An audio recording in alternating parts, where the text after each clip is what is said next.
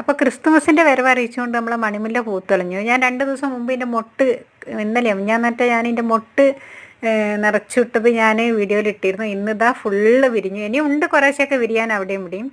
അപ്പോൾ ഇന്നാ തോന്നുന്നു ഏറ്റവും കൂടുതൽ വിരിയാനുള്ളത് മൊത്തം വിരിഞ്ഞു. നല്ല മണമായിരുന്നു കേട്ടോ. രാവിലെ തന്നെ മുറ്റത്തിറങ്ങിയപ്പോൾ കണ്ട കാഴ്ച ഞാൻ ഏറ്റവും അവസാനമാണ് കണ്ട്. എല്ലാവരും ആദ്യം തന്നെ കണ്ടു കാഴ്ച. മഞ്ഞ് വീണ പോലത്തെ ഒരു കാഴ്ചയായിരുന്നു കേട്ടോ. നല്ല മണം ഉണ്ടായിരുന്നു. ഇതിൻ്റെ മുകളിൽ ഇഷ്ടംപോലെ വലിയ തേനീച്ച, ചെറിയ തേനീച്ച, വേറെ എന്തൊക്കെയോ വണ്ടുകൾ, പൂമ്പാറ്റകൾ എല്ലാം കൂടി കിടന്ന് മറിയുന്ന ഒരു കാഴ്ച ഉണ്ടല്ലോ.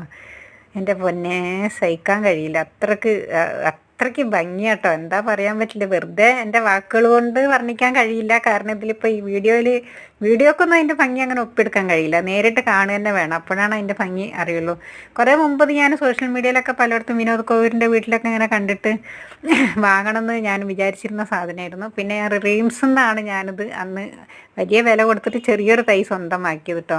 ഇപ്പോൾ ഇതിൻ്റെ ഒരുപാട് തൈകളും വിൽപ്പനയ്ക്കുണ്ട്. നേരിട്ട് വരുന്നവർക്ക് മാത്രമാണ് ഇത് കൊടുക്കുന്നത് കേട്ടോ. ഓൺലൈൻ സെയിലൊന്നുമില്ല. അപ്പോൾ അതിൽ നിന്ന് ഞാൻ പിടിപ്പിച്ചുണ്ടാക്കിയ ഒരുപാട് എന്നെ പോലെ ആഗ്രഹിക്കുന്ന ആളുകൾ ഉണ്ടാവുമല്ലോ, ഇതൊന്ന് പിടിച്ച് കിട്ടണമെന്ന് അവർക്ക് വേണ്ടി.